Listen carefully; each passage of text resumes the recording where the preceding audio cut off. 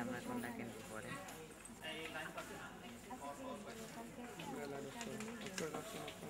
সব করবো।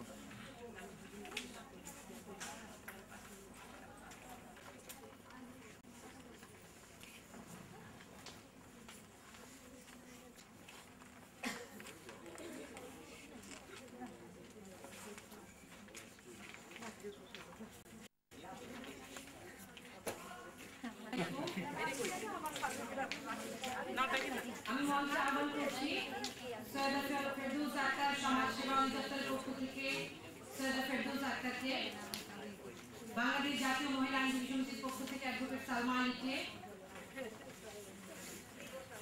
ন্যাটোর পক্ষ থেকে ন্যাটোর মহাসচিবকে, বিপিকে শফিকুল ইসলামকে, শফিকুল ইসলামকে, ঢাকা ইউনিভার্সিটি থেকে আসা কামালউদ্দিন আহমেদ চৌধুরীকে,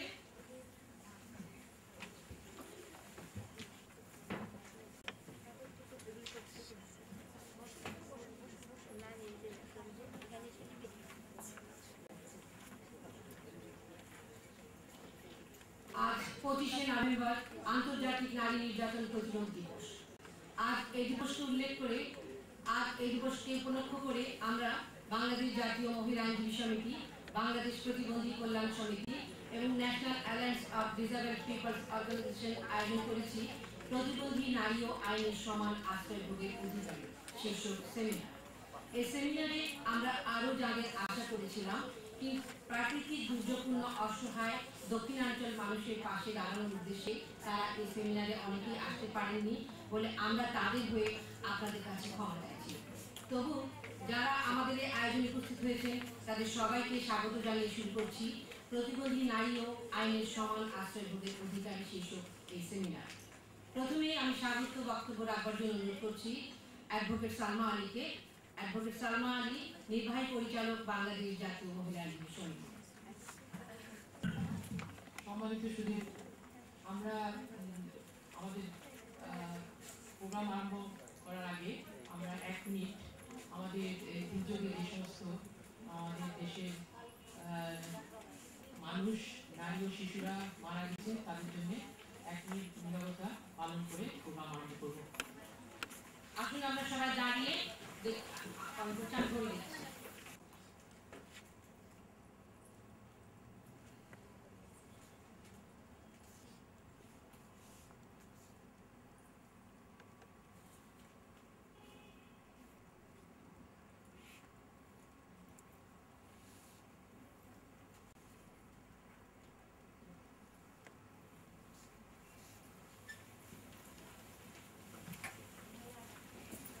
national alliance of disabled peoples একসঙ্গে আমরা যে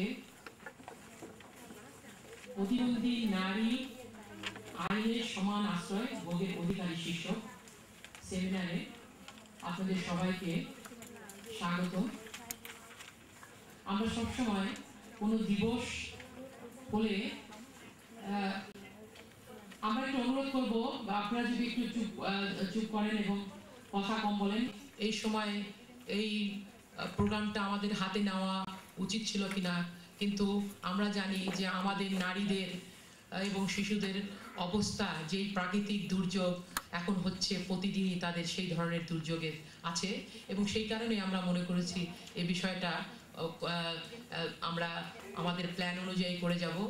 এবং আমরা আরও মনে করতে চাই, শুধু দিবসের দিন শুধু আমরা যাতে মনে না করি যে নারী নির্যাতনের প্রতিরোধের জন্য কিছু আমাদের করা উচিত, আমরা সারা বছরই যাতে এই বিষয়টা নিয়ে চিন্তা ভাবনা করি এবং আমাদের করণীয়, বিশেষ করে শুধু নারীরা না, পুরুষরা আমাদের সঙ্গে এগিয়ে এসে একসঙ্গে কাজ করবে এই আশা আমরা করি।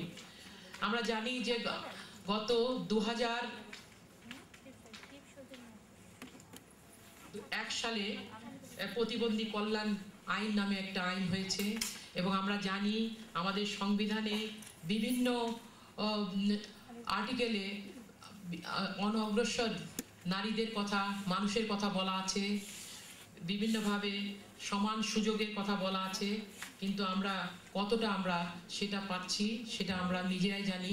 এই বিষয়ে শুধু আমরা সরকারকে বলবো না, আমাদেরও দায়িত্ব শহরের মানুষের ক্যাপাসিটি বাড়ানোর জন্য যে ট্রেনিং সহ বিভিন্ন সাপোর্ট সার্ভিস ডেলিভারি ইনস্টিটিউশন তৈরি যে প্রয়োজন আছে সে বিষয় নিয়ে এখনো সেভাবে কোনো কাজ হয় নাই।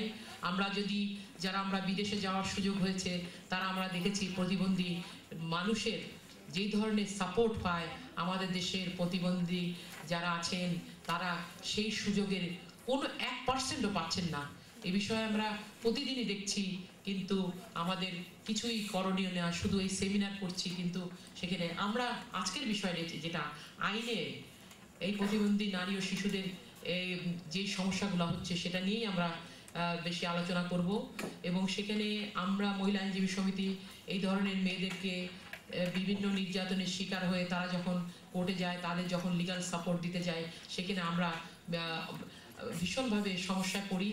এমনকি জাস্ট কয়েকদিন আগে একটা কেসের সময় কোর্ট একটা অর্ডার দিলেন, একটা সেক্সুয়াল অ্যাবিউজের শিকার একটা মেয়েকে যখন সে তার কথা বলতে পারছিল না, তখন কোর্ট বললেন তাকে কোনো স্কুলে ভর্তি করা হোক, তার কে ট্রেনিং দিয়ে সে যাতে তার কথা ইশারায় বোঝাতে পারে সেই বিষয়টা। তার মানে কি যখন পর্যন্ত সে এই ট্রেনিংটা পাবে না তখন পর্যন্ত কি তার কেসটা পেন্ডিং থাকবে? এই বিষয়টা আমাদের প্রশ্ন। এবং আমরা জানি এই ধরনের নারীদের, শিশুদের, মানুষকে তারা ইশারায় কি অন্যভাবে যে ধরনের সুযোগগুলো পায়, ট্রেনিংগুলো পায়, সেগুলা আমাদের দেশে এখনো হয়নি। এবং আমরা জানি একটা অপরাধ করলে এই অপরাধীকেই প্রমাণ করতে হয় সে যে ইনোসেন্ট, কিন্তু আমাদের দেশে একজন ভিকটিমকে প্রমাণ করতে হয় যে ঘটনাটা ঘটেছিল। আমাদের অনেকবার আমরা কেস করতে যাই, দেখেছি অপোজিট পার্টির আইনজীবী এমন ধরনের প্রশ্ন করে যেটা সত্যি একটা অসহায়। কারণ আমরা জানি যে এই ধরনের নারীরা, শিশুরা এবং যে কোনো মানুষ অনেকটা বেশি অসহায় থাকে একজন নর্মাল মানুষের থেকে। তারপরে তাকে যদি এই ধরনের second time, third time court room ড্রামাতে তাকে যদি ভিক্টিমাইজ করা হয়, সে কিন্তু কোনো কথাই বলতে পারে না। তাকে প্রমাণ করা বলে যে তুমি তো চোখে দেখো না, তুমি কি করে দেখলে তোমার ধর্ষণকারীকে, তুমি তো কানে শোনো না, তুমি কিভাবে জানলে? এই ধরনের প্রশ্ন এবং করা হয়। এবং সেই জন্যেই তাদের এই ধরনের কেসগুলো, এই ধরনের অপরাধের বিচারের জন্য, সেই জন্যে বিচারের প্রমাণের জন্যে কিছু সাপোর্ট সার্ভিস, কিছু ট্রেনিং এবং অন্যান্য বিষয় যেমন সেন্সিটাইজ হওয়া পুলিশের প্রয়োজন আছে, জাজ সাহেবদের প্রয়োজন আছে। এবং আমাদের সেই ধরনের সার্ভিস, সেই ধরনের কাউন্সিলিং সহ বিভিন্ন বিষয়গুলো নিয়ে আমাদের সবার, বিশেষ করে সরকারের এবং বেসরকারিভাবে ক্যাপাসিটি বাড়ানোর জন্য আমাদের এগিয়ে আসতে হবে। এবং আইনটা প্রয়োগের আগে, রুল হওয়ার সঙ্গে সঙ্গে এই বিষয়গুলো নিয়ে আমাদের কাজ করতে হবে। আমরা একটা প্রমাণ দিতে পারি, যেমন আপনারা জানেন যে ব্রিটেনে সংবিধান নেই, তাদের অলিখিত সংবিধান, তাদের লিখিত সংবিধান না। সেখানে কিছুদিন আগে হিউম্যান রাইট কমিশন তৈরি হয়েছে এবং তৈরি হওয়ার পরে 2 বছর পরে সেটা তারা ইমপ্লিমেন্ট করেছে। এই 2 বছর তারা সেই হিউম্যান রাইট কমিশনটাকে কিভাবে প্রয়োগ করবে সেই বিষয়টা নিয়ে তারা ট্রেনিং দিয়েছে, সাপোর্ট সার্ভিসের ব্যবস্থা করছে। তারপরে তারা সবাই ট্রেনিং এবং ক্যাপাসিটি বাড়ানোর পরেই তারা সেটা ইমপ্লিমেন্ট করেছে। অতএব আমাদেরও কিন্তু এই আইনটাকে নিয়ে অনেক কিছু করার আছে। রুলের সঙ্গে সঙ্গে এই বিষয়গুলা, কে কী ধরনের সাপোর্ট দিবে, কী ধরনের সাপোর্ট থাকবে, একটা হসপিটালে কীরকম থাকবে, একটা পুলিশ স্টেশনে কীরকম সাপোর্ট থাকবে, এই তাদের ল্যাঙ্গুয়েজ বোঝার জন্য কী ধরনের কাউন্সিলর থাকবে, কি আইনজীবী স্পেশাল কোর্ট থাকবে কিনা, পুলিশের স্পেশাল লোকজন থাকবে কিনা, এই বিষয়গুলো আমাদের চিন্তা করতে হবে। এ বিষয়ে আমি জানি সরকারের পক্ষে একা সম্ভব না। এই বিষয়ে এনজিওরাও, আমাদের মতন এনজিওরা আছেন যারা সাহায্য করতে চায়। আমাদের কাছে অনেক ভালো কেস ল আছে, যাতে গুড জাজমেন্ট যেটা বলি আমরা, ল্যান্ডমার্ক জাজমেন্ট আছে, গাইডলাইন আছে ভারতের, পাকিস্তানের, মিডল ইস্টের এবং পৃথিবীর। সেই গাইডলাইনগুলো নিয়েও কিন্তু আমরা এগিয়ে যেতে পারি। আজকে আমাদের আশা করব যে আমাদের ভিতরে যে সমস্ত সম্মানিত, আমি মনে করি প্রত্যেকেই, এখানে কিন্তু আমরা কোনো প্রধান অতিথি, বিশেষ অতিথি করিনি, আমরা সবাই আমাদের নিজের অভিজ্ঞতার থেকে আমরা কিভাবে আইনে আমাদের অভিজ্ঞতাগুলো বলবো, আমরা সেই বলে আমরা কিছু সাজেশন, কিছু রেকমেন্ডেশন নিব, সেইটার উপরে নিয়ে আমরা আমাদের অ্যাডভোকেসির টুল হিসাবে সরকারের বিভিন্ন স্তরে কাজ করব, শুধু আইনের রুলটার জন্য না, সেই হিসাবে একেবারে কমিউনিটি লেভেল থেকে বিভিন্ন জায়গায় স্কুল কলেজ থেকে আরম্ভ করতে ইয়ুথ গ্রুপের সঙ্গে সবার সঙ্গে আমরা বিভিন্নভাবে এই জিনিসটাকে ছড়িয়ে দিয়ে ইমপ্রুভ করার চেষ্টা করব, যে এখন থেকে আমরা আজকেই বলতে পারি যে আইনটা প্রয়োগের জন্যে কাজ আমরা আজকের থেকে হাতে নেব, খণ্ড খণ্ডভাবে বিভিন্নভাবে, যেখানে আমাদের অনেক অভিজ্ঞতা হবে, যে অনেক ইনফরমেশন আসবে যেটা নিয়ে আমাদেরকে সরকারকে সাহায্য করতে পারবো। আমি সোশ্যাল ওয়েলফেয়ার ডিপার্টমেন্ট থেকে যিনি এসছেন, উনি অনেকবার কাজ করেছেন, অনেক জায়গায় কাজ করেছেন এই বিষয়ে, উনি সরকারের কিছু ইনফরমেশন দিবেন, সরকার এটা বিষয়ে কি কি চিন্তা করছেন। আমাদের ঢাকা ইউনিভার্সিটি থেকে ক্লিনিক্যাল সাইকোলজি এসছেন, উনি বিভিন্ন জায়গায় আমাদের শেল্টার হোমেও উনি এবং অন্যান্য জায়গায়ও কাজ করেন কেস ম্যানেজমেন্টের উপরে, শিশুদের নারীদেরকে কাউন্সিলিংয়ের মাধ্যমে কীভাবে তাদের ক্ষমতায়ন বাড়া যায়, তাদেরকে রেডি করা যায়। লিগাল কাউন্সিলিংটা তো একটা বিরাট জিনিস, সাইকোসোশিয়াল কাউন্সিলিংয়ের সঙ্গে সেই বিষয়গুলো নিয়ে এখানে আমাদের যারা আছেন, আমাদের বোনরা, প্রতিবন্ধী বোনরা যারা অনেক ফাইট করে তাদের অভিজ্ঞতা কেস স্টাডিগুলো দিয়ে তারা আমাদেরকে সমৃদ্ধ করবেন এবং আমাদেরকে রেকগনিশন দিবেন, যেটা আমরা সবাই মিলে কাজ করব। সবাইকে মহিলা আইনজীবী সমিতির পক্ষ থেকে আবারও স্বাগত জানাচ্ছি এবং ধন্যবাদ দিচ্ছি। আল্লাহ হাফেজ। ধন্যবাদ সালমা আলী। আর কিনোট পেপারে যাওয়ার আগে আমি বাংলাদেশ জাতীয় মহিলা আইনজীবী সমিতির পক্ষ থেকে আপনাদের জানাচ্ছি, বাংলাদেশ জাতীয় মহিলা আইনজীবী সমিতি আজকের দিবসটি উপলক্ষ করে একটি সিল উন্মোচন করবে। এই সিলটিতে লেখা আছে, নারীর প্রতি উত্তক্ততা সহ সকল প্রকার নির্যাতন প্রতিরোধে আপনিও এগিয়ে আসুন। আমরা এখন থেকে প্রতিটি খামে, প্রতিটি চিঠিতে এই সিলটি ব্যবহার করব, যাতে প্রত্যেকে এই বিষয়ে আমাদের সাথে শরিক হন। আমি সবাইকে এই সিলটি উন্মোচন করার জন্য মঞ্চে যারা আছেন তাদেরকে অনুরোধ করছি।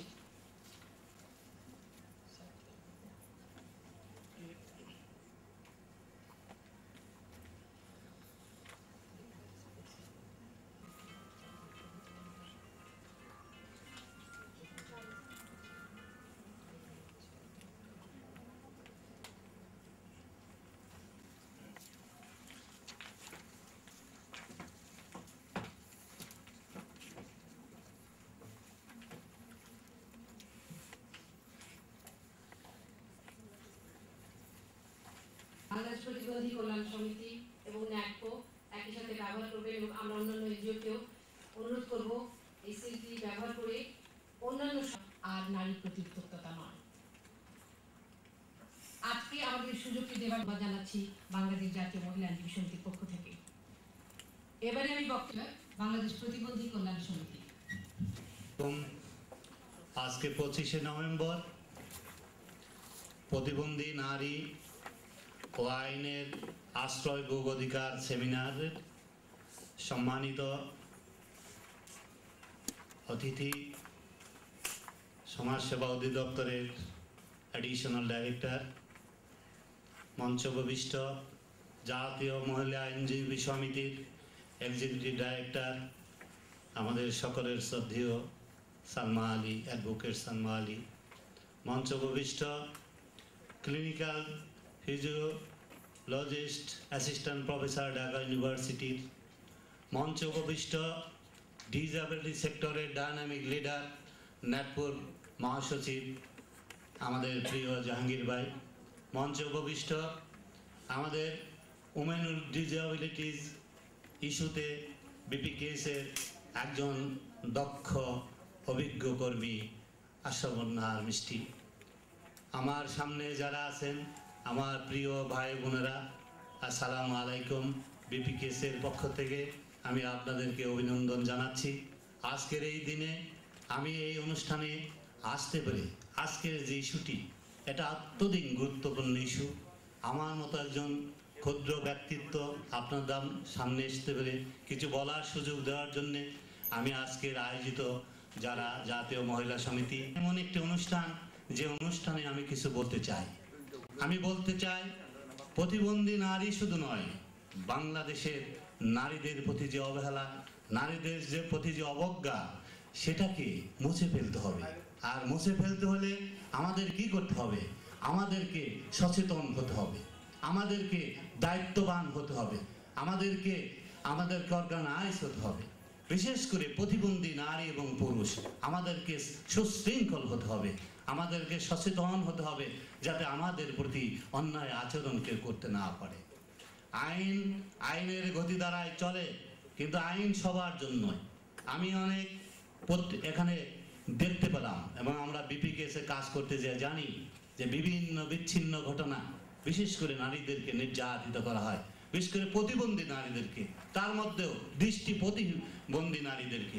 আমি এখানে ঘটনা পড়ে বিস্মিত হয়েছি যে সত্যিকারেই এই যে একটা অমানবিক ঘটনা, এই ঘটনা চলতে দেওয়া যায় না। এটাকে শুধু আইন বলে রাষ্ট্রের মানুষের ক্ষমতার দিকে তাকিয়ে থেকে আমরা চিরদিন নির্যাতিত হব, তা হতে পারে না।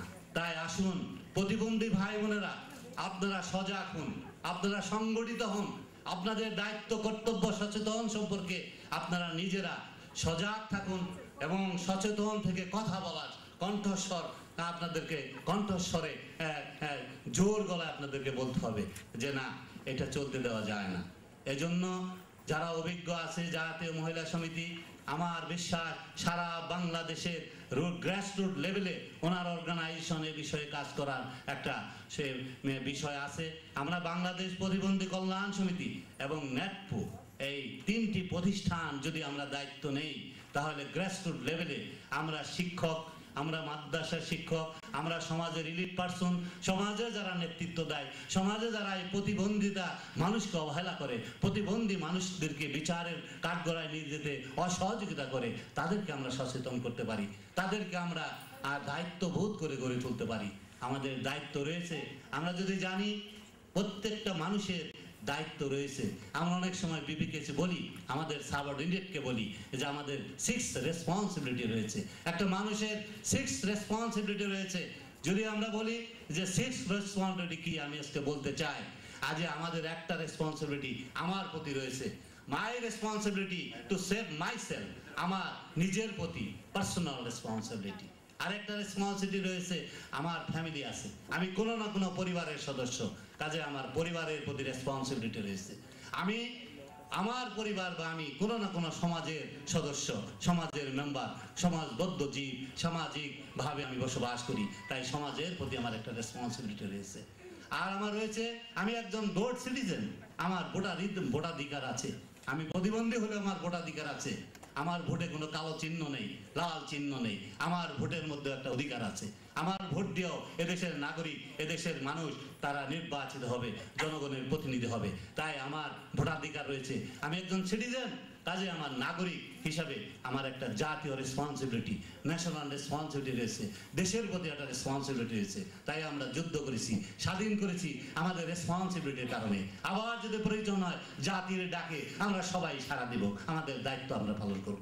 আরেকটা রেসপন্সিবিলিটি রয়েছে কি, সেটা হলো মানবতার প্রতি রেসপন্সিবিলিটি। আমরা human being, we are everybody human being, কাজে আমাদের একটা রেসপন্সিবিলিটি রয়েছে মানবতার প্রতি। আমার ছেলে অ্যাক্সিডেন্ট করলো, দৌড়িয়ে যে কুলে নিয়ে হাসপাতালে নিয়ে গেলাম, আর অন্যের একটা ছেলে অ্যাক্সিডেন্ট করে কাতরাইতেছে মাঠের মধ্যে পড়ে, রাস্তার মধ্যে, আমার no responsibility, I am not human being, আমার মানবতা নাই, আমি মানবতাহীন মানুষ। তাই আমাকে ওখানে মানবতা দেখাতে হবে যে না, যার ছেলেই হোক, যার সন্তানই হোক, সেও মানুষ, তাকে উদ্ধার করতে হবে, তাকে হসপিটালাইজ করতে হবে, তাকে চিকিৎসা করতে হবে। এটা হলো মানবিক দায়িত্ব, মানবতার একটা রেসপন্সিবিলিটি। আরেকটা লাস্ট ওয়ান, 6 রেসপন্সিবিলিটি, সেটা হলো কি, সেটা হলো আমি যদি কোনো প্রফেশনাল হয়ে থাকি, আমি যদি চাকরি করে থাকি, তাহলে আমার প্রফেশনাল একটা রেসপন্সিবিলিটি রয়ে গেছে, আমার সেখানে চাকরির একটা দায়িত্ব রয়ে গেছে। কাজে আসুন আমরা যদি একজন মানুষ এই 6টা রেসপন্সিবিলিটি নিজেরা পালন করতে পারি এবং এই রেসপন্সিবিলিটি সম্পর্কে মানুষকে সচেতন করতে পারি, আমার মনে হয় প্রতিটা মানুষ দায়িত্ববান হবে, দায়িত্বশীল হবে এবং দায়িত্ব পালন করার অধিকার তাদেরকে দিতে হবে এবং দায়িত্ব পালন যাতে করে সেখানে আমাদের কাজ করার বিষয় রয়েছে। কাজেই আজকে আমার সবচেয়ে ভালো লাগছে যে বাংলাদেশে আমরা জানি যে 10% ডিসেবিলিটি প্রতিবন্ধী, আমরা প্রায় 14 কোটি মানুষের 1,40,00,000 মানুষ প্রতিবন্ধী। যদি এটা পরিসংখ্যান সঠিক কিনা আমি জানি না, আর আমরা বলি বাংলাদেশে অর্ধেক নারী, তাহলে প্রায় ৭৫ লক্ষ নারী প্রতিবন্ধী। এই নারী প্রতিবন্ধীদের প্রতি দায়িত্ব আমাদের সমস্ত ১৫ কোটি মানুষের রয়েছে। এবং এই প্রতিবন্ধী কারা? আমার পরিবারেও তো প্রতিবন্ধী থাকতে পারে, আমিও তো প্রতিবন্ধী হতে পারি। প্রতিবন্ধী যখন তখন, এটা বলে কই আসে না, এটা কোনো রোগ নয়, এটা কোনো ব্যাধি নয়, এটা কার দ্বারা এটা বিয়ে করে বাক করে দেওয়া হয় না, এটা আসে বিভিন্ন কারণে আমরা জানি। কাজেই প্রতিবন্ধিতা অবহেলার কোনো সুযোগ নেই। তা আমার বিশ্বাস, আমি বক্তৃতা দীর্ঘায়িত করব না। আজকের এই গুরুত্বপূর্ণ দিনে আমি শুধু বলতে চাই, আমাদের সবারই মা বোন আছে। আমরা পুরুষ যারা আছি, আমি পুরুষদের দৃষ্টি আকর্ষণ করে বলতে চাই যে আমাদের দায়িত্ব রয়েছে প্রতিবন্ধী নারী, বিশেষ করে দৃষ্টি প্রতিবন্ধী নারী, তাদের প্রতি যত্নবান হওয়া এবং তাদের প্রতি দায়িত্বশীল হওয়া, এবং তারা যাতে আইনের আশ্রয় নিতে পারে, তাদের যাতে নির্যাতিত না হয়, নির্যাতন প্রতিরোধ করা প্রথমে। আর যদি নির্যাতিত হয়ে যায়, সেক্ষেত্রে আইনের সহায়তার জন্য আমাদের আইনের যে যাতে মহিলা সমিতি আছে, এবং আইনের ব্যাপারে আমরা কোথায় আশ্রয় নিতে, কোর্ট, যেটা আমাদের আপা বলেছেন যে কোর্টে আমাদের নেগলেক্ট করা হয়, আমাদের যে উকিল থাকে তারা এটাকে অন্যদিকে ভায়োলেট করে নিয়ে যাওয়ার চেষ্টা করে।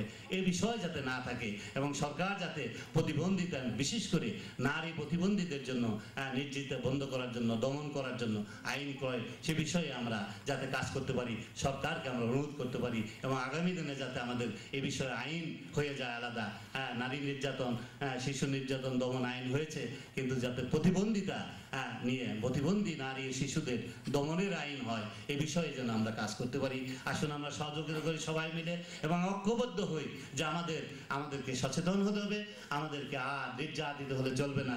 আমাদেরকে নিজেদেরকে এখনই এমন একটা পর্যায় সৃষ্টি করতে হবে যাতে নেক্সট জেনারেশন আমাদের মতো আর দর্শিত না হয়, আমাদের মতো আর নির্যাতিত না হয়। আমাদের নেক্সট জেনারেশন, আমাদের সন্তানদেরকে আমরা নিরাপদে রেখে যেতে পারি। আমরা আসুন এই কাজ করি। সবাইকে ধন্যবাদ জানি বিপিকেসের পক্ষ থেকে। আজকে সবাইকে উপস্থিত সবাইকে আমি আবারও অভিনন্দন জানিয়ে আমি আমার বক্তব্য শেষ করছি। আসসালামু আলাইকুম। ধন্যবাদ শফিকুল ইসলাম। এবার আমি অনুরোধ করছি national alliance of disable peoples অর্গানাইজেশনের জেনারেল সেক্রেটারি জাহাঙ্গীর আলমকে কিছু বলবার জন্য। বিসমিল্লাহির রহমানির রহিম। প্রতিবন্ধী নারী ও আইনের সম আশ্রয় ভোগের অধিকারী শীর্ষক সেমিনারের উদ্বোধনী পর্বের সম্মানিত সভাপতি, অতিথিমণ্ডলী, অংশগ্রহণকারী প্রতিবন্ধী ও প্রতিবন্ধী ভাই ও বোনেরা, উপস্থিত সম্মানিত সুধীমণ্ডলী, হেমন্তের এই সুন্দর সকালে আপনাদেরকে national alliance of disable peoples organisations নেটপুর পক্ষ থেকে জানাই হৈমন্তিক শুভেচ্ছা ও অভিনন্দন। সুন্দর ও মনোরম পরিবেশে এই মহতী অনুষ্ঠানে আমি উপস্থিত হতে পেরে সত্যি আনন্দিত ও গর্বিত। আজকের এই আয়োজন সময় উপযোগী ও বাস্তবসম্মত বলে আমি মনে করি। পারিবারিক, সামাজিক ও রাষ্ট্রীয় সকল উন্নয়ন কর্মকাণ্ডে নারীদের অবদান অনস্বীকার্য।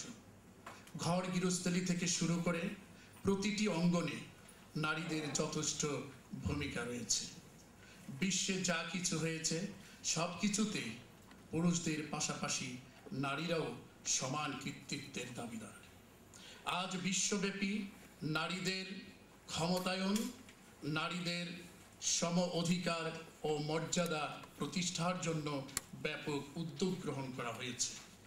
এ ব্যাপারে তৈরি হয়েছে পরিকল্পনা, আইন, নীতিমালা, জারি করা হয়েছে বিভিন্ন আদেশ, নির্দেশ ও ঘোষণাপত্র, কিন্তু এগুলোর যথাযথ প্রয়োগ ও বাস্তবায়নের ক্ষেত্রে তেমন উল্লেখযোগ্য কোনো ফলাফল লক্ষ্য করা যাচ্ছে না। প্রতিদিন খবরের কাগজ খুললেই আমরা দেখতে পাই নারী নির্যাতন ও ধর্ষণের জঘন্য করুণ কাহিনী। বাংলার আনাচে গানাচে অসংখ্য নারী প্রতিনিয়ত লাঞ্ছনা ও বঞ্চনার শিকার হয়ে দুর্বিষহ জীবনযাপন করছে। আমাদের দেশে প্রায় 1,50,00,000 প্রতিবন্ধী মানুষ রয়েছে, যার 40 থেকে 45% নারী প্রতিবন্ধী। পরিবার ও সমাজে যাদের অবস্থান খুবই করুণ। আমাদের দেশের প্রতিবন্ধী নারীরা সামাজিক নিরাপত্তা ও ন্যায় বিচার সহ সকল প্রকার নাগরিক সুবিধা থেকে সম্পূর্ণরূপে বঞ্চিত। সুপ্ত প্রতিভা, দক্ষতা ও মেধা থাকা সত্ত্বেও তারা সকল ক্ষেত্রে বৈষম্যের শিকার। আমাদের দেশে নারীদের জন্য যে সকল আইন কানুন তৈরি হয়েছে সেখানেও প্রতিবন্ধী নারীদের বিষয়টি অন্তর্ভুক্ত করা হয়নি, যার ফলে প্রতিবন্ধী নারীদের ক্ষমতায়ন ও উন্নয়ন আজ ভীষণভাবে বাধাগ্রস্ত। সকল প্রতিকূলতা ভেদ করে অপ্রতিবন্ধী নারীদের পাশাপাশি প্রতিবন্ধী নারীদের সম অধিকার ও মর্যাদা প্রতিষ্ঠার জন্য আমাদের সকলকে ঐক্যবদ্ধ প্রচেষ্টা ও আন্তরিকতার সাথে কাজ করতে হবে। অবজ্ঞা বা বৈষম্য নয়, সকল উন্নয়ন কর্মকাণ্ডে প্রতিবন্ধী নারীদের পূর্ণ অংশগ্রহণ, সমসুযোগ নিশ্চিতকল্পে বাস্তবমুখী পদক্ষেপ গ্রহণ করা খুবই জরুরি। National alliance of disable peoples organisations ন্যাটপো প্রতিবন্ধী ব্যক্তিদের স্বসংগঠন সমূহের সরাসরি নেতৃত্বদান ও প্রতিনিধিত্বকারী জাতীয় নেটওয়ার্ক। এদেশের 10 ভাগ প্রতিবন্ধী মানুষদের সম অধিকার ও মর্যাদা সুরক্ষায় ন্যাটপো কাজ করছে। ন্যাটপো তার সকল বিষয়ে সিদ্ধান্ত গ্রহণ ও বাস্তবায়ন প্রক্রিয়ায় প্রতিবন্ধী নারীদের অগ্রাধিকার ভিত্তিতে অংশগ্রহণের বিধান রেখেছে। ন্যাটপো প্রতিবন্ধী নারীদের উন্নয়নে ও ক্ষমতায়নের জন্য ইতিমধ্যে বেশ কিছু পদক্ষেপ গ্রহণ করেছে। ন্যাটপো মনে প্রাণে বিশ্বাস করে সকল কর্মকাণ্ডে নারী প্রতিবন্ধীদের সম অংশগ্রহণ ও সম সুযোগ নিশ্চিত একান্তই আবশ্যক। আমরা এই জন্য আমরা যেখানেই আছি, আমরা সকলে যে জায়গায় আছি সেই জায়গায় থেকে যদি একটু চেষ্টা, একটু সহযোগিতা করি তাহলে এই অবস্থার পরিবর্তন ঘটানো সম্ভব। তাই আমি সবাইকে আহ্বান জানাবো, আজকে এই সেমিনার যেন শুধু কাগজপত্রেই লিপিবদ্ধ না থাকে, এটার যেন একটা বাস্তব প্রতিফলন আমরা দেখতে পারি। সেই জন্য আমরা আমাদের সকল চেষ্টা এবং সকল কর্মকাণ্ড আমরা অব্যাহত রাখব। তাই আমার পক্ষ থেকে আজকের এই সেমিনারে আমি 2-1টি সুপারিশ রাখতে চাই।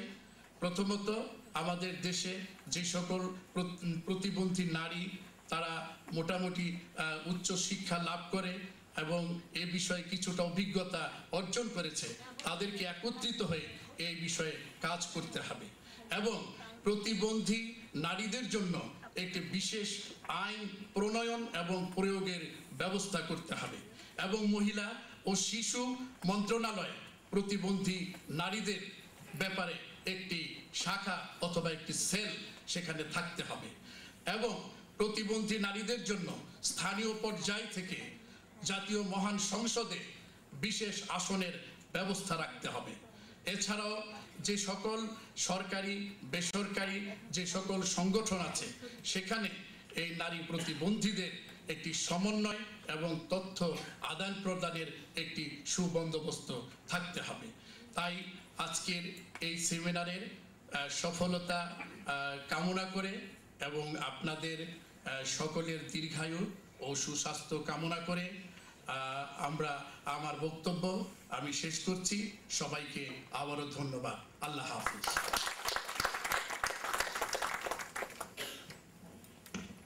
ধন্যবাদ জাহাঙ্গীর আলম সাহেব। আমি এবার আশরাফুল নাহারকে, কোঅর্ডিনেটর বাংলাদেশ প্রতিবন্ধী কল্যাণ সমিতি, তাকে অনুরোধ করব আজকের মূল প্রবন্ধ উপস্থাপনের জন্য এবং একই সাথে আমি অনুরোধ করব আজকের দিবসটি কিভাবে এলো বা এর উৎপত্তিটা একটু অল্প ভাষায় তাকে বলবার জন্য। মঞ্চে উপবিষ্ট সকল সম্মানিত অতিথিদেরকে আমার প্রাণঢালা অভিনন্দন এবং কৃতজ্ঞতা প্রকাশ করছি বাংলাদেশ মহিলা আইনজীবী সমিতির নির্বাহী পরিচালক সালমা আলী আপাকে, যিনি অত্যন্ত নিবিড়ভাবে প্রতিবন্ধী নারীদের নির্যাতনের বিষয়টি ভেবেছেন, দেখেছেন এবং তার করণীয় কিছু করার জন্য আমাদেরকেও উদ্বুদ্ধ করেছেন এবং আমাদের ডাকে সাড়া দিয়েছেন। আমি অবশ্যই কৃতজ্ঞতা জানাতে চাই সমাজসেবা অধিদপ্তরের এডিশনাল ডিরেক্টর আপাকে, যিনি এখানে উপস্থিত হয়ে অন্তত আজকে আমাদেরকে অনুপ্রাণিত করেছেন যে প্রতিবন্ধী নারীদের এই বিষয়টি আলোচিত হওয়া প্রয়োজন। আমি অবশ্যই কৃতজ্ঞতা জানাতে চাই ঢাকা ইউনিভার্সিটির অ্যাসিস্ট্যান্ট প্রফেসর স্যারকে, যিনি উপস্থিত থেকে প্রমাণ করেছেন প্রতিবন্ধী নারীদের বিষয়টি নারী নির্যাতনের পাশাপাশি আইনে আসা প্রয়োজন। আমি অবশ্যই ধন্যবাদ জানাই আমার প্রতিষ্ঠান বিপিকেএস এর সহকারী পরিচালকের বলিষ্ঠ কণ্ঠস্বরকে এবং মহাসচিব ন্যাটপোকে, যিনি অত্যন্ত সুন্দরভাবে বলেছেন প্রতিবন্ধী নারীদের প্রতি নির্যাতনের বিভিন্ন ধরন এবং ধারণ। আমি 25 নভেম্বর আন্তর্জাতিক নারী নির্যাতন দিবসের প্রাক্কালে বলতে চাই কিছু ঘটনা যা আজকে আমাদের এই মঞ্চে উপবিষ্ট করার সুযোগ করে দিয়েছে। তা হলো 1960 সালের এই দিনে ডোমিনিকান রিপাবলিকের তৎকালীন স্বৈরাচারী সরকার ওই আমলে সংগঠিত নিপীড়ন নির্যাতনের বিরুদ্ধে আন্দোলনরত 3 বোনকে একসাথে হত্যা করে। পরবর্তীতে তারা বিশ্বব্যাপী নারী নির্যাতন প্রতিরোধের প্রতীক হিসেবে বিবেচিত হয়। 1981 সালে সর্বপ্রথম দিবসটি পালিত হয় ল্যাটিন আমেরিকায়। 1991 সালে centre for women's leadership institute পক্ষকালব্যাপী ক্যাম্পেইন পালন করে আসছে। বিশ্বব্যাপী নারী অধিকার কর্মীদের দাবির প্রেক্ষিতে ভিয়েনা ঘোষণায় নারী নির্যাতন একটি মানবাধিকার লঙ্ঘনের বিষয় হিসেবে গৃহীত হয়। 1999 সালে জাতিসংঘ 25 নভেম্বরকে আন্তর্জাতিক নারী নির্যাতন প্রতিরোধ দিবস হিসেবে ঘোষণা করে। আমাদের প্রতিবন্ধী নারীদেরও নির্যাতন এবং গণধর্ষণের শিকার হতে হতে মৃত্যুর ঘটনা পর্যন্ত ঘটেছে। আমি এই মঞ্চে উপবিষ্ট হয়ে আজকে আমার যে সমস্ত প্রতিবন্ধী বোনেরা নির্যাতনের শিকার হয়ে মৃত্যুর মুখে পতিত হয়েছে, যারা আমাদেরকে ছেড়ে চলে গেছে, তাদের জন্য বেদনার প্রকাশ ঘটাতে চাই। আমি তাদের প্রতি কৃতজ্ঞতা জানাতে চাই এই কারণে যে তাদের মৃত্যু, তাদের আত্মাহুতি, তাদের বৈষম্যমূলক জীবন আমাদেরকে অনুপ্রাণিত করেছে প্রতিবন্ধী নারীদের প্রতি নির্যাতন রোধের জন্য এমন কিছু করার, যাতে সমাজ বলতে পারে হ্যাঁ প্রতিবন্ধী নারীরাও মানুষ, তাদেরকে মানুষের সমপর্যায়ে দেখতে হবে। আমি প্রতিবন্ধী নারীদের নির্যাতনে যে সমস্ত বিষয় বা ঘটনাসমূহ ঘটে থাকে তার ছোট্ট উপাখ্যান আপনাদেরকে বলতে চাই। বিশ্ব স্বাস্থ্য সংস্থার মধ্যে বাংলাদেশের মোট জনসংখ্যা 10% প্রতিবন্ধী ব্যক্তি, আর বাংলাদেশের মোট জনসংখ্যার প্রায় অর্ধেক নারী। সেই হিসাব মতে বাংলাদেশের মোট জনসংখ্যার 5% প্রতিবন্ধী নারী, যার সংখ্যা আনুমানিক 75 লক্ষের মতো। এই বিপুল সংখ্যক প্রতিবন্ধী নারীর মধ্যে রয়েছে কন্যা শিশু, কিশোরী, পূর্ণবয়স্কা নারী, স্বামী পরিত্যক্তা, তালাকপ্রাপ্তা এবং বয়স্কা। একটি দেশের মানবাধিকারের উপর প্রতি বছর সরকারি, বেসরকারি ও আন্তর্জাতিকভাবে বিভিন্ন গবেষণাপত্র ও রিপোর্ট প্রকাশিত হয়, কিন্তু সেখানে প্রতিবন্ধী নারীদের মানবাধিকার কতটুকু রক্ষিত হয়েছে বা হয়নি তার কোনো তথ্য উল্লেখযোগ্যভাবে থাকে না। এদেশে বিভিন্ন পত্রপত্রিকায় নারী সম্পর্কিত তথ্য যেভাবে প্রকাশিত হয় সেভাবে প্রতিবন্ধী নারীদের তথ্য প্রকাশিত হয় না। বাংলাদেশে মহিলা কৃষিদের উপর গৃহ অভ্যন্তরীণ অবিচার, নির্যাতন তথা দৈহিক উৎপীড়ন ও হয়রানির উপর অনেক সমৃদ্ধ গবেষণা কর্ম পরিচালিত হয়েছে, কিন্তু সিএসআইডির গবেষণা ছাড়া আজও প্রতিবন্ধিতার আঙ্গিকে অর্থাৎ প্রতিবন্ধী নারী নির্যাতনকে ঘিরে কোনো গবেষণা বা পূর্ণাঙ্গ রিপোর্ট প্রকাশিত হয়নি। প্রতিবন্ধী নারীরা যে মাত্রায় বা হারে নির্যাতিত হচ্ছে তা ঢেকে রাখার জন্য পরিবার ও সমাজ দুই সমান হারে তৎপর। ফলে প্রতিবন্ধী নারীদের সম্পর্কে সামাজিক সচেতনতা বৃদ্ধি ও ইতিবাচক দৃষ্টিভঙ্গি সৃষ্টি হচ্ছে না। প্রতিবন্ধী নারী ও ব্যক্তিদের সামাজিক অবস্থার উন্নয়নের জন্য নির্যাতন দমনে প্রতিবন্ধী বান্ধব আইন ও রাষ্ট্রের দায়িত্ব থাকতে হবে। সিএসআইডির the feminine dimension of disability স্টাডির মাধ্যমে দেখা যায় গবেষণার আওতাভুক্ত প্রায় 92% প্রতিবন্ধী নারী হয় মানসিক বা শারীরিক নির্যাতনের শিকার। প্রতিবন্ধী নারীদের প্রতি নির্যাতনকে 3টি বিশেষ ভাগে ভাগ করা চলে, যেমন মানসিক নির্যাতন, দৈহিক নির্যাতন ও যৌন নির্যাতন।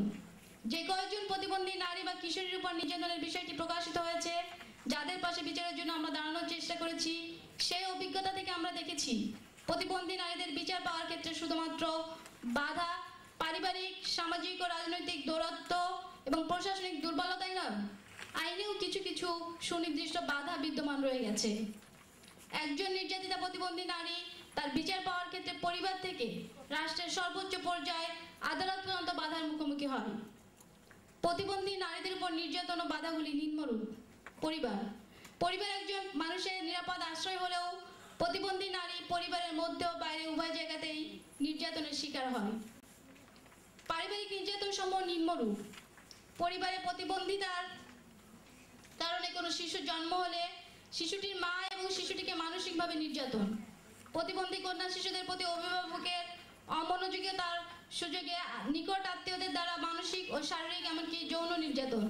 প্রতিবন্ধী কিশোরীর বাড়ন্ত শরীরটাকে ছোট্ট ফ্রেমে বেঁধে দেওয়ার জন্য নির্দিষ্ট একটি কম খাবার দেওয়া সহ ডাক্তারের শরণাপন্ন হওয়ার মতো নির্যাতন। প্রতিবন্ধী নারীদের পারিবারিক সম্পত্তির অধিকার হরণের জন্য বিভিন্ন ধরনের মানসিক ও শারীরিক নির্যাতন। স্বামীর সংসার ত্যাগ ও সম্পত্তির দাবি ছেড়ে দেওয়ার জন্য নির্যাতন। যৌতুকের দাবিতে প্রতিনিয়ত শারীরিক নির্যাতন। এছাড়াও প্রতিবন্ধী নারী নির্যাতনের শিকার হলে এবং যদি কোনো ক্ষেত্রে কখনো আর্থিক ক্ষতিপূরণ পায়, তাহলে দরিদ্র পরিবারগুলো সে আর্থিক ক্ষতিপূরণ ভোগ করতে পারে বিধায় প্রতিবন্ধী নারীকে আরও বেশি অনিরাপদ জীবনের দিকে ঠেলে দেয়। ফলে সে বিভিন্নমুখী নির্যাতনের শিকার হয় প্রতিনিয়ত। সমাজের দৃশ্যমান অনাচারগুলির মধ্যে অত্যন্ত নিকৃষ্ট অনাচার হচ্ছে প্রতিবন্ধী নারীদের প্রতি বিভিন্নভাবে হয়রানি ও নিপীড়ন করা। নির্যাতিত হতে দেখলে প্রতিবাদ না করা, নির্যাতিত পরিবারের পাশে এসে না দাঁড়িয়ে তাদের হয়রানি ও একঘরে করা, প্রতিবন্ধী নারীর পরিবারকে অস্পর্শ বা অবাঞ্ছিত ভাবা ইত্যাদি। সামাজিক নির্যাতন। প্রতিবন্ধী নারী ও তার পরিবারের সদস্যদের প্রতি বিভিন্ন ধরনের কটূক্তি এবং কুসংস্কারাচ্ছন্ন মন্তব্য করা। প্রতিবন্ধী নারীকে সামাজিক পরিমণ্ডলে অবস্থান করতে বাধা দেওয়া, যেমন সামাজিক অনুষ্ঠানগুলোতে যেতে না দেওয়া। অনেক ক্ষেত্রে প্রতিবন্ধী নারীদের পরিবারও প্রতিবন্ধী নারীদেরকে এই ধরনের অনুষ্ঠানে নিয়ে যায় না। কোনো কোনো পরিবারে প্রতিবন্ধী নারী থাকলে সে পরিবারের সদস্যদের বিয়ের ক্ষেত্রে বাধা। প্রতিবন্ধী নারীর সম্পত্তি নষ্ট করা বা অবৈধভাবে দখল করা অথবা সম্পত্তি থেকে বঞ্চিত করার জন্য পরিবারের সদস্যদের উস্কানি দেওয়া। প্রতিবন্ধী নারী নির্যাতিত হলে এবং সেটা প্রকাশ পেলে প্রতিবন্ধী নারীর পরিবারকে একঘরে করে রাখা। প্রতিবন্ধী নারী যেন বিচার ব্যবস্থার মুখোমুখি না হয় সেজন্য দরিদ্র পরিবারগুলিকে আর্থিক প্রলোভন দেখানো এবং চাপ সৃষ্টি করা। রাজনৈতিক ও প্রশাসনিক নির্যাতনও বিভিন্ন ধরন রয়েছে। এটি প্রতিবন্ধী নারীদের জন্য একটি মারাত্মক ও দুর্বিষহ নির্যাতন। এ ধরনের নির্যাতন ঘটে মূলত নির্যাতনকারীদের রক্ষা করা এবং ক্ষমতার দৌরাত্ম্যকে প্রমাণ করার জন্য। এছাড়া রাজনৈতিক নেতাদের হস্তক্ষেপে প্রশাসনিক দুর্বলতা যা প্রতিবন্ধী নারীদের উপর নির্যাতন ও প্রহসনকে বাড়িয়ে তোলে। এক্ষেত্রে বিচার পাওয়ার ক্ষেত্রে বাধা সমূহগুলো আমরা যদি দেখি তাহলে তা হবে নির্যাতিত প্রতিবন্ধী নারীদের আইনি সহায়তা নিতে রাজনৈতিক নেতাদের বাধা প্রদান এবং প্রশাসন রাজনৈতিক স্বার্থ রক্ষার জন্য নির্যাতিতার পক্ষে কেস গ্রহণ না করা। কেস গ্রহণ করলেও নির্যাতিতা এবং তার পরিবারকে জবানবন্দি গ্রহণের সময় বিভিন্ন ধরনের হয়রানি করা। চার্জশিট যথাসময়ে কোর্টে না পাঠানো। প্রশাসনের উচ্চ পর্যায়ে আদেশ থাকার পরও আসামি ধরার ক্ষেত্রে গড়িমসি করা। প্রশাসনিক ছত্রছায়ায় নির্যাতিত পরিবারকে হুমকি প্রদান ও ভয়ভীতি প্রদর্শন। কোর্টে বিচার ব্যবস্থা ত্বরান্বিত করার পরিবর্তে সালিসের মাধ্যমে সমঝোতায় পৌঁছাতে বাধ্য করা। জেল কাস্টডি বা নিরাপত্তা হেফাজত কক্ষ প্রতিবন্ধী ব্যক্তি বা নারীর ব্যবহার উপযুক্ত না হওয়া অথবা ব্যবহারের উপযুক্ত হলেও প্রতিবন্ধী ব্যক্তি বা নারীর নিরাপত্তা প্রদানে পুলিশ প্রশাসনের আপত্তি থাকা। আইনগত বাধা। বিচার ব্যবস্থায় সাক্ষ্য প্রমাণের ক্ষেত্রে প্রতিবন্ধী নারীদের প্রতিবন্ধকতাকে বড় করে দেখা, যেটা মূলত বিচার পাওয়ার ক্ষেত্রে প্রতিবন্ধী নারীর সর্বোচ্চ বাধা বলেই আমরা মনে করি। বিভিন্ন আলামত পরীক্ষা নিরীক্ষার ক্ষেত্রে ফলাফল, জবানবন্দি ও স্বাস্থ্য পরীক্ষার সনদ এক্ষেত্রে অনেক সময় ভুল তথ্য প্রদান করা। নির্দিষ্ট সময়ে বিচার হওয়ার ক্ষেত্রে প্রতিবন্ধী নারীদের নির্যাতনের বিভিন্ন তথ্য নির্দিষ্ট সময়ের মধ্যে কোর্টে প্রমাণ করতে বিলম্ব হওয়া। প্রতিবন্ধী নারীর পক্ষে সাক্ষ্য প্রদানের জন্য হুমকির ভয়ে সহজে সাক্ষী খুঁজে না পাওয়া অথবা হুমকির ভয়ে এ ধরনের কোনো সাক্ষী একবার সাক্ষ্য দিলেও পরবর্তীতে এ ধরনের ঘটনা দ্বিতীয়বার ঘটলে আদালতে হাজির না হওয়া, প্রতিবন্ধিতাঙ্গীকে জবানবন্দি গ্রহণের কৌশল সকল ম্যাজিস্ট্রেটের জানা না থাকা, বাক ও শ্রবণ প্রতিবন্ধী নারীদের জবানবন্দি গ্রহণের সময় যে সকল ক্ষেত্রে ইশারাভাষী দরকার আদালত তা বিবেচনা না করা, দণ্ড বা খালাস দেওয়ার আগে যে কোনো মুহূর্তে বাদীপক্ষ আসামির বিরুদ্ধে মামলা তুলে নেওয়ার আবেদন করতে পারার সুযোগ থাকা এবং ম্যাজিস্ট্রেট সে আবেদন মঞ্জুর করতে পারেন, এই ধরনের নিয়মের কারণে আসামি পক্ষ নির্যাতিত প্রতিবন্ধী নারীর পরিবারকে একঘরে করে রাখা সহ বিভিন্ন হুমকির মুখে রেখে মামলা তুলে নিতে বাধ্য করা, মামলার তারিখে বাদী আদালতে হাজির দিতে বাধ্য, অনেক ধরনের চাপের মুখে অথবা নিরাপত্তার অভাব থাকায় শারীরিক অবস্থা হুমকির মুখে থাকায় বাদী আদালতে হাজির হতে পারে না বলে মামলা অনেক সময় ঝুলে থাকে অথবা আসামির পক্ষে চলে যায়। আদালত প্রাঙ্গণ প্রতিবন্ধী নারীর জন্য প্রবেশগম্য না হওয়া। ফলাফল: প্রতিটি নির্যাতনী প্রতিবন্ধী শিশু, নারী এবং পুরুষের মানসিক বিকাশে বাধা সহ তাদের কর্মক্ষমতা নষ্ট করে দেয় এবং তাদেরকে পরিবার ও সমাজের বোঝা করে তোলে। বিষয়টি জানা থাকা সত্ত্বেও সমাজের বিভিন্ন শ্রেণীর মানুষ দ্বারা পারিবারিক ও সামাজিক নির্যাতন ঘটে থাকে। প্রতিবন্ধী নারীর পরিবার এই নির্যাতন প্রতিরোধ করতে না পেরে প্রতিবন্ধী শিশু ও নারীদের নিরাপত্তা নিশ্চিত করার জন্য তাদের মৌলিক অধিকার সহ মানবাধিকার হরণ করে। সম্পত্তি রক্ষা, যৌতুক প্রতিরোধ, যৌন নির্যাতন ও উৎপীড়ন, সামাজিক উৎপীড়ন ইত্যাদির শিকার হয়ে বিচার প্রার্থনা করলে সামাজিক প্রতিরোধ সহ নির্যাতিতার পরিবারকে অবরোধ, কাজ করতে না দেওয়া, অস্পর্শ ও অবাঞ্ছিত ঘোষণার মাধ্যমে সমাজ বাধা প্রদান করে থাকে। রাষ্ট্রের সরাসরি দায়িত্ব না থাকায়, বিশেষত প্রতিবন্ধী নারীদের অধিকার ও নির্যাতন দমনে আইন না থাকায়, তথ্য প্রচারের ব্যবস্থা না থাকায়, প্রতিবন্ধী বান্ধব পরিবেশ না থাকায়, গণমাধ্যমগুলিতে প্রতিবন্ধী নারীদের উপস্থিতি না থাকায় প্রতিবন্ধী নারীদের প্রতি বৈষম্য নির্যাতন কমছে না। উপরন্তু প্রতিবন্ধী কল্যাণ আইন 2001-এর 3টি পর্যায়ের কমিটি নির্বাহী হতে উপজেলা পর্যন্ত, আমরা জানি 3টি পর্যায়ে 3টি কমিটি রয়েছে, সেই কমিটির কোনোটিতেই প্রতিবন্ধী পুলিশ বাহিনীর সদস্যদের অন্তর্ভুক্ত না করায় কোথাও নির্যাতনের ঘটনা ঘটলে পুলিশ প্রশাসন সক্রিয় ভূমিকা রাখে না। ব্যবসা প্রতিষ্ঠান, সরকারি ও বেসরকারি প্রতিষ্ঠান এবং প্রতিবন্ধী ব্যক্তিদের জন্য কর্মরত প্রতিষ্ঠানগুলিও প্রতিবন্ধী নারীদের কর্মসংস্থানের উদাসীনতা প্রকাশ করায়, প্রতিবন্ধী নারীদের জন্য প্রশিক্ষণ ইনস্টিটিউট না থাকায় ও আত্মকর্মসংস্থান তৈরিতে সরকারি ও বেসরকারি পৃষ্ঠপোষকতা না থাকায় প্রতিবন্ধী নারীদের আত্মমর্যাদা ও অর্থনৈতিক মুক্তি অবরুদ্ধ থাকার পাশাপাশি তাদের জন্য উৎপীড়নমূলক পরিবেশ এবং সহিংসতা রোধ করা সম্ভব হচ্ছে না। দৃশ্যত উপরোক্ত নির্যাতনগুলি কোনো কোনো ক্ষেত্রে প্রতিবন্ধী পুরুষের ক্ষেত্রেও ঘটে থাকে। প্রতিবন্ধী বান্ধব বিচার ব্যবস্থা নিশ্চিত করার জন্য নিম্নলিখিত ক্ষেত্রগুলিতে জরুরি ভিত্তিতে পদক্ষেপ গ্রহণের জন্য সুপারিশ করছি। প্রতিবন্ধী নারীরা নির্যাতিত হলে বিশেষ আইনে বিচার হওয়া প্রয়োজন। সেজন্য নারী ও শিশু নির্যাতন দমন আইনের সাথে নতুন অধ্যায় অথবা ধারা সংযোজন, পারিবারিক নির্যাতন দমন আইন হওয়া প্রয়োজন এবং উল্লেখিত আইনে প্রতিবন্ধী শিশু ও নারী পুরুষের বিষয়ে স্পষ্ট অধ্যায় থাকা প্রয়োজন। নির্যাতিত প্রতিবন্ধী নারীদের জন্য সরকারি ও বেসরকারি আশ্রমসমূহে বিচার চলাকালীন সময়ে অবস্থানের সুযোগ এবং সামাজিক পুনর্বাসন, আশ্রমসমূহে অবস্থানের নিয়মাবলী ও সময় প্রতিবন্ধী নারীদের জন্য শিথিল ও বর্ধিতকরণ, নির্যাতিতদের আইনি সহায়তা পাওয়ার জন্য বাংলাদেশ মহিলা আইনজীবী সমিতি, অন্যান্য মানবাধিকার সংস্থা এবং সরকারের অধীনে নির্দিষ্ট আইনজীবী থাকা প্রয়োজন। নির্যাতিত প্রতিবন্ধী নারীদের নিরাপত্তার জন্য আইন এবং প্রশাসনিক সহায়তার বিধান থাকা প্রয়োজন। নির্যাতিত প্রতিবন্ধী নারীদের বিচারের জন্য সংশ্লিষ্টদের প্রতি কঠোর নির্দেশ এবং নির্দেশনা থাকা প্রয়োজন। সরকারের পৃষ্ঠপোষকতায় প্রতিবন্ধী নারীদের প্রতি নির্যাতন বন্ধের জন্য প্রচার মাধ্যমগুলিতে সচিত্র তথ্য প্রচারের ব্যবস্থা থাকা প্রয়োজন। প্রতিবন্ধী শিশু ও নারী নির্যাতনকারীদের স্বাভাবিকের তুলনায় কঠোর শাস্তির বিধান থাকা প্রয়োজন। অভিভাবকত্ব আইনে প্রতিবন্ধী শিশুদের জন্য বিশেষ বিধান থাকা প্রয়োজন। প্রতিবন্ধী ব্যক্তি ও নারীর সম্পত্তি রক্ষায় আইন ও প্রশাসনের সহায়তা থাকা প্রয়োজন। প্রবেশগম্য কোর্ট প্রাঙ্গণ বা বিচারালয়ের ব্যবস্থা গ্রহণ। বাংলাদেশ মহিলা আইনজীবী সমিতি ও মানবাধিকার বাস্তবায়ন সংস্থা কর্তৃক প্রতিবন্ধী ব্যক্তি ও নারীদের অধিকার কোন কোন ক্ষেত্রে লঙ্ঘিত হচ্ছে সে বিষয়ে গবেষণার প্রয়োজন। বেইজিং প্ল্যাটফর্ম ফর অ্যাকশন ও সিডো সনদে প্রতিবন্ধী নারীদের অধিকার বাস্তবায়নের বিষয়ে গুরুত্ব আরোপ এবং উপযুক্ত পদক্ষেপ গ্রহণ। প্রতিবন্ধী কল্যাণ আইন 2001-এর তফসিল বা ধারায় প্রতিবন্ধী নারীর বিষয়টি উল্লেখ করা প্রয়োজন। প্রতিবন্ধী কল্যাণ আইন 1 অনুযায়ী সরকারের গৃহীত কর্মপরিকল্পনায় প্রতিবন্ধী নারী নির্যাতন রোধে সুনির্দিষ্ট পদক্ষেপ থাকা প্রয়োজন।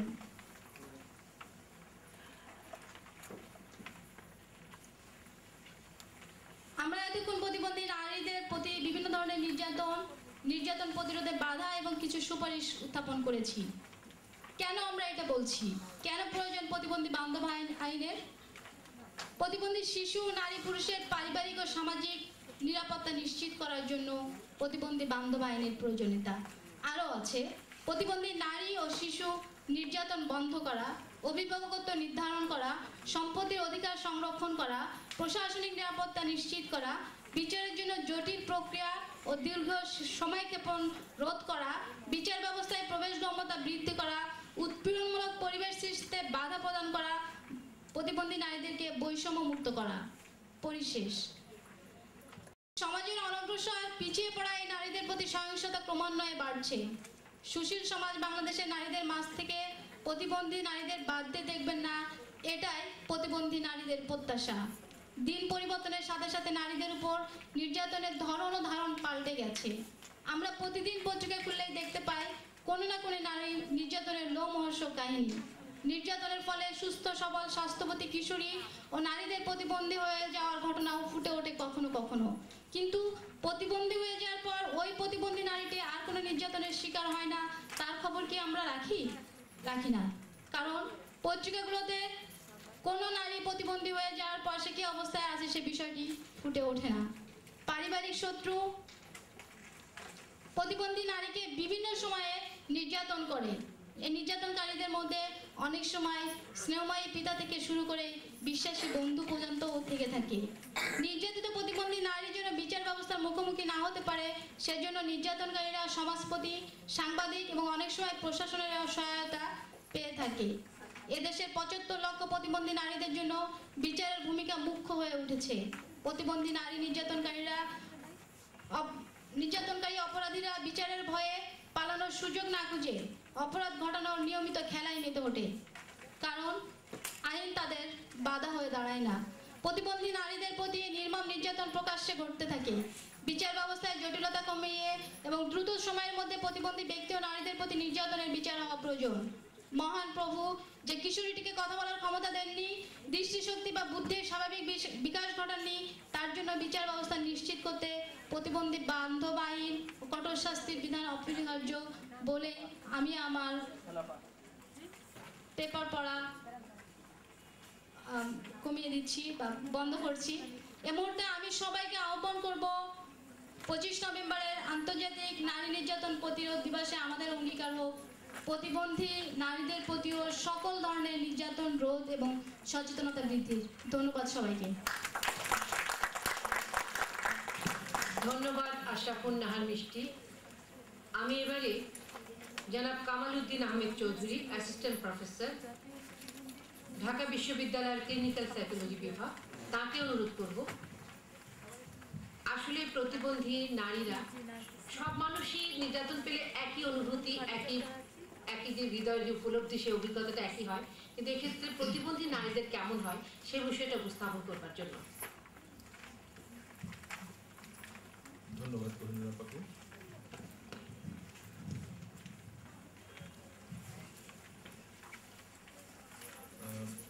আসসালামু আলাইকুম।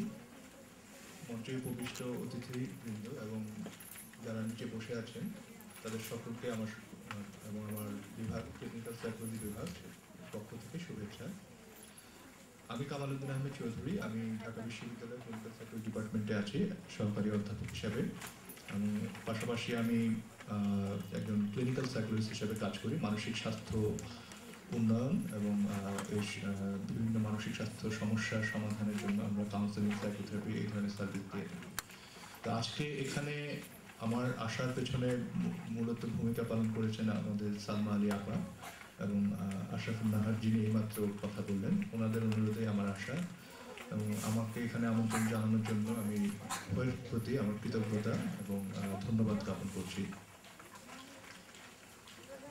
একটু আগে যে প্রেজেন্টেশনটা আপনারা শুনছিলেন সেখানে প্রথমে এসেছিল যে শতকরা 92% প্রতিবন্ধী নারী দেখা যাচ্ছে মানসিক বা শারীরিক নির্যাতনের শিকার। এটা একটা গবেষণার থেকেই আমরা দেখেছি। আমার কথা হলো এখানে যে 92%-এর কথা বলা হচ্ছে, বাকি 8% সম্পর্কে আমি একটু বলতে চাই যে তারা কি কোনো শিকার না? তারা কি তাদের যে রাস্তা, তারা যেখানে আছে, যে পজিশনে আছেন, সেখানে আসার জন্য কি তাদেরকে কষ্ট করতে হয়নি? বা তারা কি হয়তো প্রত্যক্ষভাবে হয়নি, পরোক্ষভাবে কি কোনোভাবে শিকার হয়নি? এটা খুবই কঠিন। একজন মানুষ যিনি কোনো শারীরিক কারণে কোনো পিছিয়ে থাকেন, তার পক্ষে সমাজের একটা জায়গায় একটা প্রতিষ্ঠিত বা প্রতিষ্ঠা পাওয়ার জন্য আমি মনে করি অনেক অনেক বেশি এফোর্ট দিতে হয়। আজকে আমাদের এখানে যারা উপস্থিত আছেন তাদের মধ্যে যারা আছেন কয়েকজন আমি দেখতে পাচ্ছি দৃষ্টি প্রতিবন্ধী। আমি মনে করি যারা প্রতিবন্ধী নন তারা যে এখানে যে এখন বসে আছেন তাদেরকে যে পরিমাণ স্ট্রাগল দিয়ে আজকে এখানে আসতে হয়েছে, ওই প্রতিবন্ধী যারা আছেন তাদেরকে অনেক অনেক বেশি স্ট্রাগল দিয়েই কিন্তু এখানে আজকে তাদের জায়গা করে নিতে হয়েছে। তাদেরকে কেউ সহজে এখানে আসার জন্য আমি মনে করি না যে রাস্তা করে, তাদের নিজেকেই প্রমাণ করতে হয়েছে বারবার, কখনো প্রত্যক্ষভাবে কখনো পরোক্ষভাবে। প্রতিবন্ধীদের উপর যে নির্যাতন, সেটা একটু বলতে হলে আমি প্রথমে বলি যে তাদের নির্যাতনটা কখন থেকে শুরু হচ্ছে। আমি মনে করি জন্মের পর থেকেই শুরু হচ্ছে। যখনই একটা শিশু জন্ম নিচ্ছে কোনো এক ধরনের প্রতিবন্ধকতা নিয়ে, দৃষ্টি হোক বা শ্রবণ হোক বা অন্য যে কথা বলার প্রতি, তখনই কিন্তু পরিবারের প্রথমেই বাবা মার কাছে একটা ধাক্কা পাচ্ছে। আমি মনে করি না বাবা মা তাদেরকে ঘৃণা করছে বা তাদেরকে যত্ন দিচ্ছে না। বাবা মা যথেষ্ট তাদের প্রতি যত্নশীল এবং অন্য শিশুদের তুলনায় অনেক সময় অনেক বেশি পরিমাণ ভালোবাসাও দিয়ে থাকেন। কিন্তু যেটা হয়ে থাকে যে তাদের মধ্যে এক ধরনের অপরাধ বোধ কাজ করতে পারে। তারা মনে করতে পারে এটা বোধহয় আমার কোনো অপরাধের শাস্তি, কোনো একটা অপরাধের বা পাপের শাস্তি হতে পারে। এবং এটা আরো বেশি শক্তিশালী হয়ে যায় যখন সমাজ বা পাশে তার প্রতিবেশী যখন তাকে এসে বলছে, কোনো একটা খারাপ কথা বলছে, কোনো একটা কটু কথা বলছে সেই শিশুটাকে নিয়ে, তারা আরো বেশি এটাতে আঘাত পাচ্ছে এবং আরো বেশি তাদের মধ্যে এই বিষয়টাকে লুকিয়ে রাখার একটা প্রবণতা তৈরি হচ্ছে। অনেকখানি আমি দেখেছি যে পরিবারে যদি কোনো একজন প্রতিবন্ধী শিশু থাকে, সে নারী হোক বা পুরুষ হোক, তাকে লুকিয়ে রাখার একটা চেষ্টা বাবা মার মাঝে।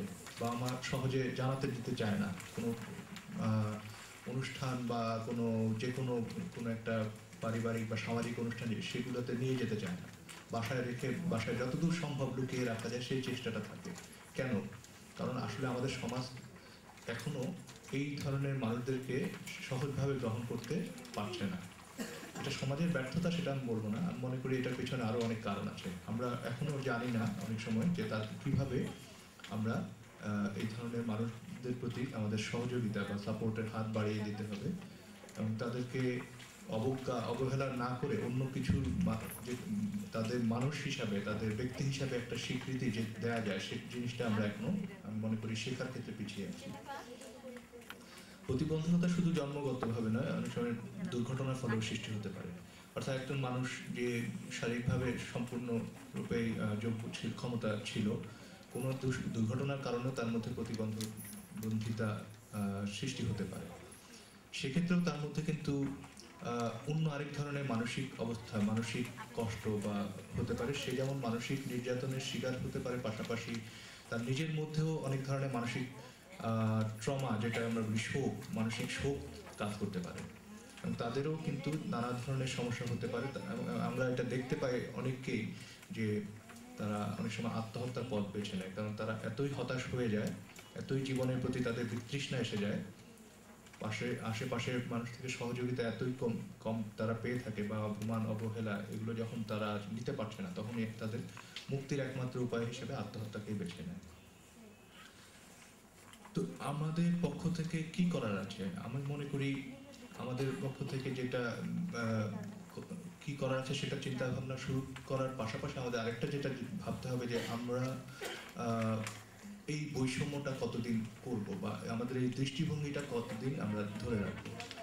একটা জিনিস আমি মনে করি আমাদের সবার মাঝেই কিছু না কিছু মাত্রায় ডিসেবিলিটি আছে, তবে অন্যদের ক্ষেত্রে সেটা হয়তো প্রকাশ্য না। এটা কিভাবে আমি একটা উদাহরণ দিই। ধরুন একজন প্রকৌশলী, তিনি একজন ভালো ইঞ্জিনিয়ার, তিনি ভালো জানেন বোঝেন, প্রতিষ্ঠিত, কিন্তু তাকে যদি বলা হয় যে তিনি একটা মামলা পরিচালনা করবেন উকিলের মতো, অ্যাডভোকেটের মতো বা ব্যারিস্টারের মতো, এবং উনি যদি সেই দায়িত্ব নিয়ে পরিচালনা করতে যান, আমি মনে করি যে সেখানে তিনি কিছুটা হলেও স্বাভাবিক ডিসএবিলিটি যে ডেফিনেশন সেই অনুযায়ী সেই পরিচয়টা উনি দিবেন। যখন একজন তিনি ঝানু দক্ষ লয়ার সামনে হবেন, ওই লয়ার ঠিকই বুঝতে পারবেন যে তার নলেজটা, তার অ্যাবিলিটিটা, তার ক্ষমতা কতখানি।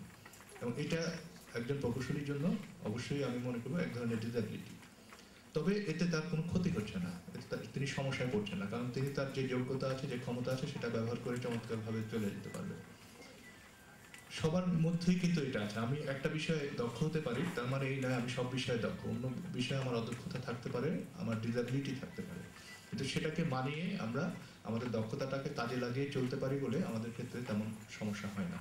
সমস্যা হয় যারা প্রকাশ্য বা প্রত্যক্ষভাবে কোনো একটা প্রতিবন্ধকতার শিকার, তাদের জন্য। তাদের একদিকে যেমন নিজেকে অ্যাপ্লিকেশন, নিজের ক্ষমতা ব্যবহারের ক্ষেত্রে একটা বাধা যেমন তারা পাচ্ছে, তেমনি তারা আশেপাশ থেকেও একটা প্রত্যক্ষ বা পরোক্ষভাবে বাধা পাচ্ছে তাদের ক্ষমতাটাকে সুষ্ঠুভাবে ব্যবহারের জন্য। একটা বিষয় একবার আমার সাথে ইমেইলে কথা হয়, অস্ট্রেলিয়ার একজন ওয়াইল্ড পোলিও রোগে আক্রান্ত হয়েছিলেন, যিনি সুস্থ আছেন, এক মহিলার সাথে। তিনি হুইল চেয়ারে চলাফেরা করেন, কিন্তু তিনি একটা ওখানে ওয়ার্ল্ড পোলিওর একটা নেটওয়ার্ক আছে, নেটওয়ার্কের একেবারে কর্ণধার।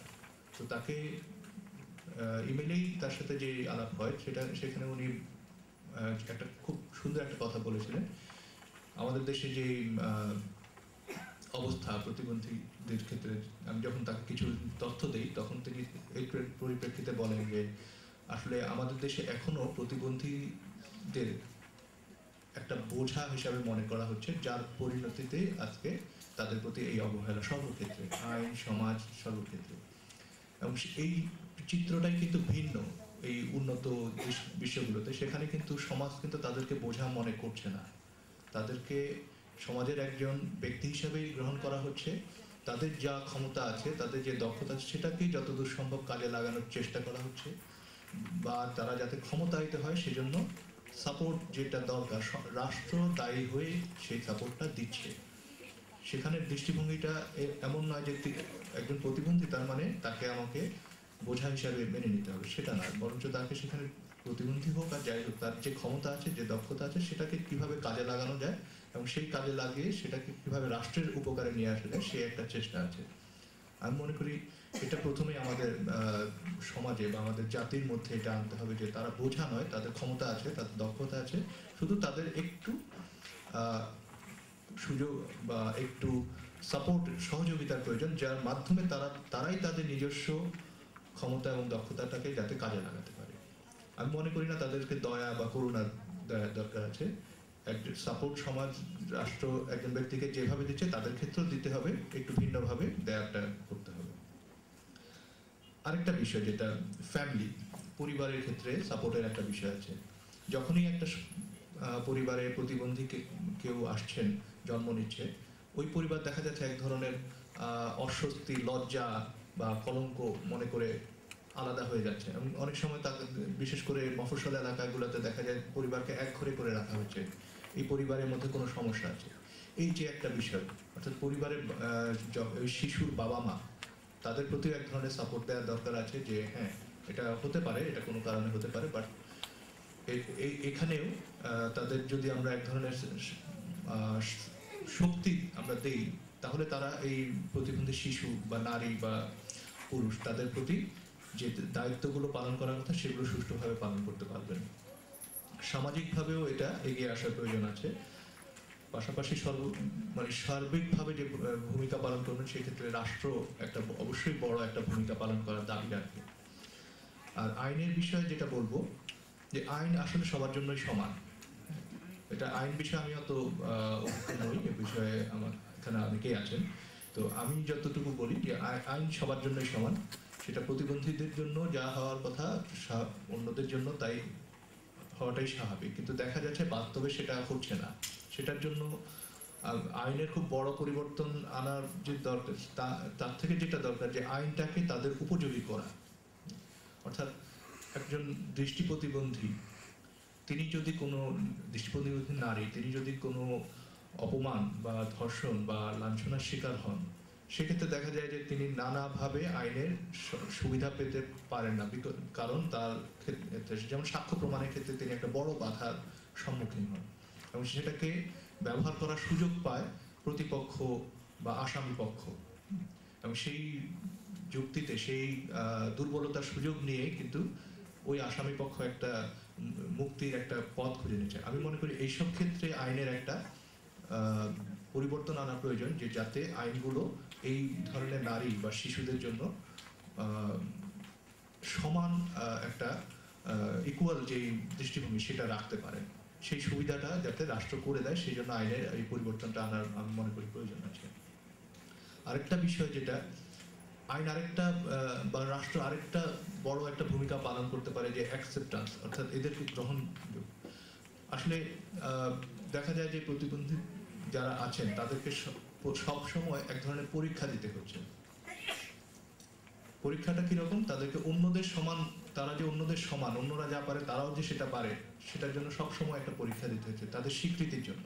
তাদেরকে পাহাড় চূড়ায় উঠতে হচ্ছে, তাদেরকে ম্যারাথন দৌড়ে যেতে হচ্ছে, তাদেরকে নৌকা বাইচ করতে হচ্ছে নানাভাবে, অর্থাৎ তারা যে অন্যদের সমান সেটা প্রমাণ করতে হবে। কিন্তু এটার থেকে বড় যেটা আমার মনে হয় একটা অ্যাকসেপ্টেন্স, যে সবার কাছে তারা গ্রহণযোগ্য, এই বিষয়টা গড়ে তোলার জন্য আইন এবং রাষ্ট্রের একটা বড় ভূমিকা আছে। আর সার্বিকভাবে যেটা আইন করতে পারে সেটা হলো আমরা যেটাকে বলি এম্পাওয়ারমেন্ট বা ক্ষমতায়ন। আসলে পরিপূর্ণভাবে যখন ক্ষমতায়নটা হবে তখন একজন প্রতিবন্ধী হোক আর একজন স্বাভাবিক মানুষই হোক, সে তার যে দক্ষতা, যোগ্যতা বা ক্ষমতাগুলো আছে সেগুলো ব্যবহার করতে পারবেন এবং সমাজ ও রাষ্ট্রের জন্য